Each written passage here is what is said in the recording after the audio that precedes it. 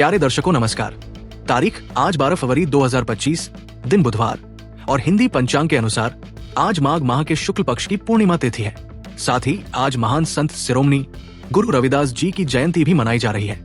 इस अवसर पर आप सभी दर्शकों को हार्दिक शुभकामनाएं। तो आइए जानते हैं उत्तराखंड की तमाम बड़ी खबरें।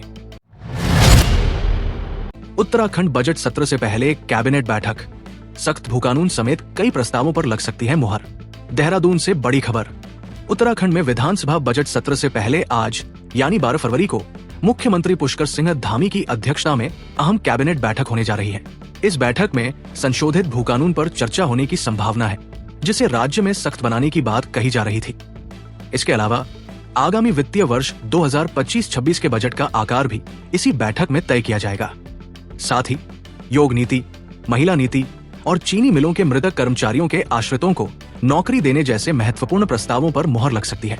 वहीं डिजिटल गवर्नेंस को बढ़ावा देने के लिए उत्तराखंड ऑनलाइन दस्तावेज रजिस्ट्रीकरण नियमावली 2025 पर भी फैसला लिया जा सकता है।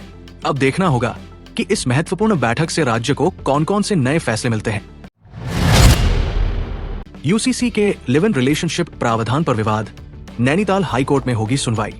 उत्तराखंड में लागू हुए यूनिफॉर्म सिविल कोड यूसीसी को लेकर विवाद थमने का नाम नहीं ले रहा। खासकर लिव इन रिलेशनशिप से जुड़े प्रावधानों पर आपत्ति जताते हुए इसे नैनीताल हाईकोर्ट में चुनौती दी गई है। भीमताल निवासी सुरेश सिंह नेगी और देहरादून के एलमसुद्दीन सिद्दीकी ने अलग अलग याचिकाएं दायर कर यूसीसी के विभिन्न प्रावधानों पर सवाल खड़े किए हैं। हाईकोर्ट में इस मामले की सुनवाई 12 फरवरी को मुख्य न्यायाधीश की अध्यक्षता में होने की संभावना है।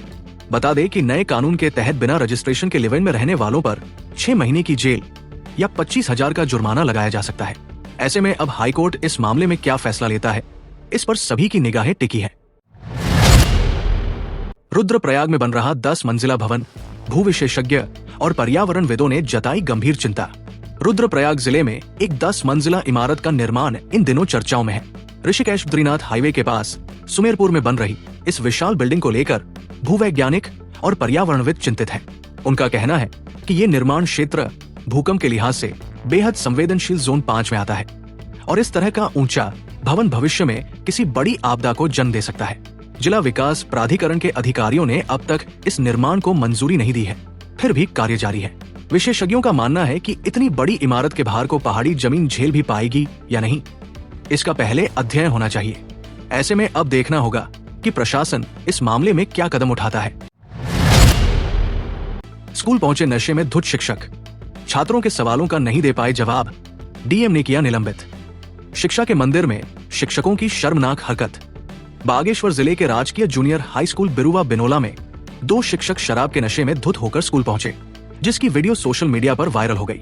ग्रामीणों का कहना है कि ये शिक्षक कई बार नशे की हालत में स्कूल आते थे, जिससे छात्रों की पढ़ाई प्रभावित हो रही थी। मामला जब बढ़ा तो डीएम आशीष भटगानी ने तत्काल कार्रवाई करते हुए दोनों शिक्षकों को निलंबित करने का आदेश दिया। शिक्षा विभाग ने भी जांच शुरू कर दी है और ब्लड सैंपल टेस्ट के आधार पर आगे की कार्रवाई की जाएगी।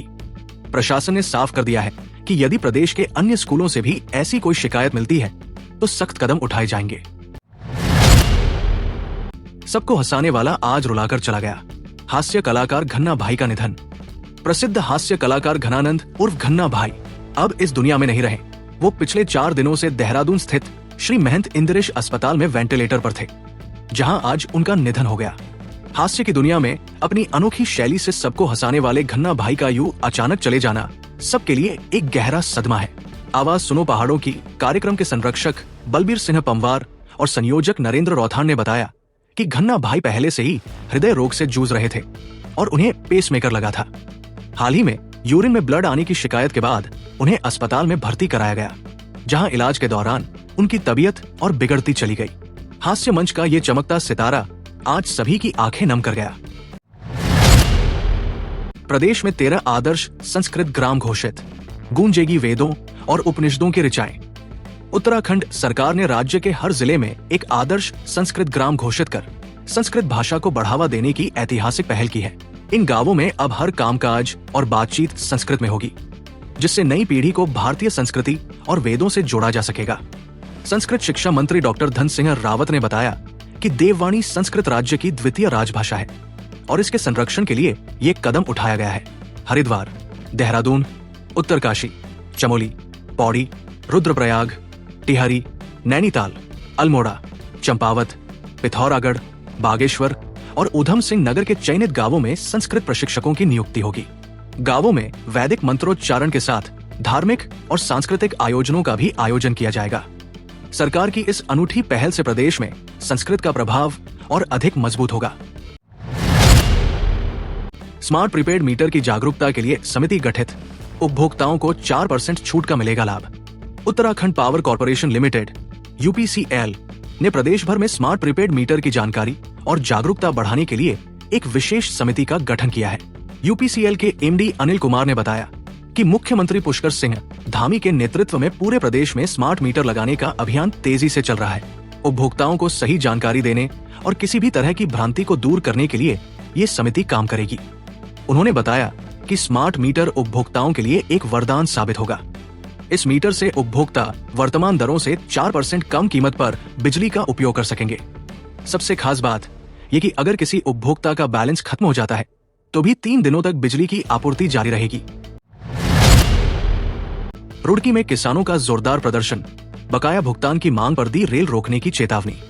गन्ना किसानों का धैर्य अब जवाब देने लगा है। भारतीय किसान यूनियन रोड के नेतृत्व में सैकड़ों किसानों ने रुड़की में ज्वाइंट मजिस्ट्रेट कार्यालय के बाहर जबरदस्त प्रदर्शन किया। किसानों की मांग है कि इकबालपुर शुगर मिल पर उनके गन्ने का करीब 200 करोड़ रुपए बकाया है, जिसका जल्द भुगतान कराया जाए। भारतीय किसान यूनियन रोड के राष्ट्रीय अध्यक्ष पदम सिंह रोड ने चेतावनी दी कि अगर जल्द उनकी मांगे पूरी नहीं हुई तो किसान हरिद्वार, रुड़की और लक्सर रेलवे स्टेशनों पर रेल रोकने से भी पीछे नहीं हटेंगे। घंटों चले प्रदर्शन के बाद ज्वाइंट मजिस्ट्रेट आशीष मिश्रा ने किसानों से वार्ता कर जल्द समाधान का आश्वासन दिया, जिसके बाद किसानों ने अपना धरना समाप्त किया। उत्तराखंड सार्वजनिक अवकाश घोषित, स्वच्छता अभियान के साथ मनाई जाएगी गुरु रविदास जयंती।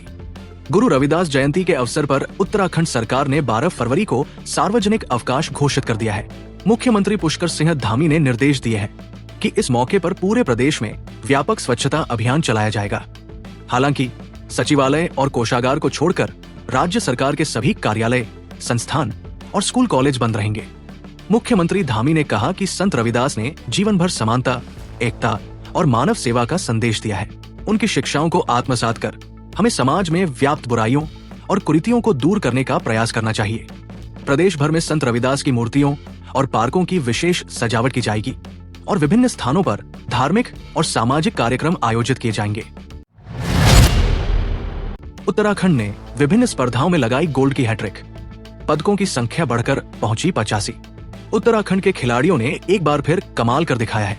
महाराणा प्रताप स्पोर्ट्स कॉलेज में जूडो की 63 किलोग्राम महिला स्पर्धा में उन्नति शर्मा ने स्वर्ण पदक जीतकर प्रदेश का नाम रोशन किया। टिहरी झील में हुई कयाकिंग और कैनोइंग के 1000 मीटर हिट कयाकिंग पुरुष वर्ग में प्रभात कुमार ने बाजी मारी, तो वहीं महिला वर्ग में मीरा दास ने स्वर्ण पदक अपने नाम किया। इसके अलावा राज्य को 3 रजत और 2 कांस्य पदक भी मिले। 20 किलोमीटर रेस वॉक में सूरज पंवार और 10 किलोमीटर महिला रेस वॉक में शालिनी नेगी ने सिल्वर जीता।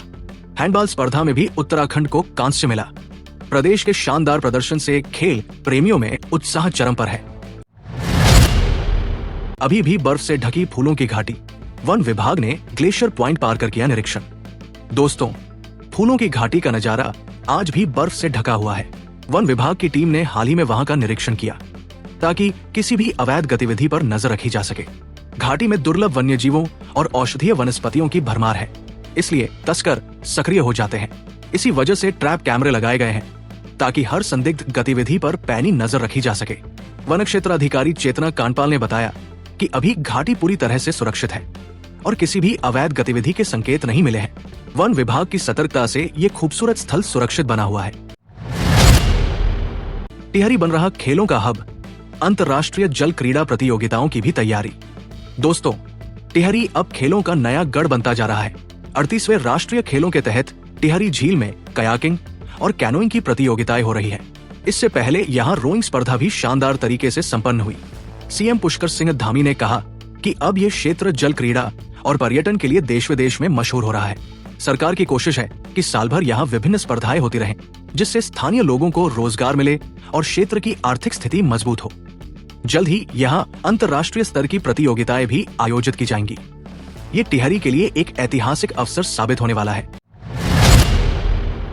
भारतीय डाक विभाग में 21,413 पदों पर भर्ती, 10वीं पास युवाओं के लिए सुनहरा मौका। नौकरी की तलाश कर रहे युवाओं के लिए शानदार खबर। भारतीय डाक विभाग ने 21,413 पदों पर बम्पर भर्ती निकाली है। 10वीं पास उम्मीदवार इस भर्ती के लिए आवेदन कर सकते हैं। खास बात यह है कि इसमें कोई लिखित परीक्षा नहीं होगी, बल्कि मेरिट 10वीं के अंकों के आधार पर बनेगी। उत्तर प्रदेश सर्कल में 3004 पद, बिहार में 783, छत्तीसगढ़ में 638 और मध्य प्रदेश में 1314 पदों पर भर्ती की जाएगी। आवेदन की प्रक्रिया 10 फरवरी से शुरू हो चुकी है और 3 मार्च 2025 तक चलेगी। इच्छुक उम्मीदवार indiapost.gdsonline.gov.in पर जाकर आवेदन कर सकते हैं। आवेदन में सुधार का मौका भी मिलेगा, जिसकी विंडो 6 से 8 मार्च तक खुली रहेगी। प्यारे दर्शकों, ये थी आज की प्रमुख खबरें। नमस्कार।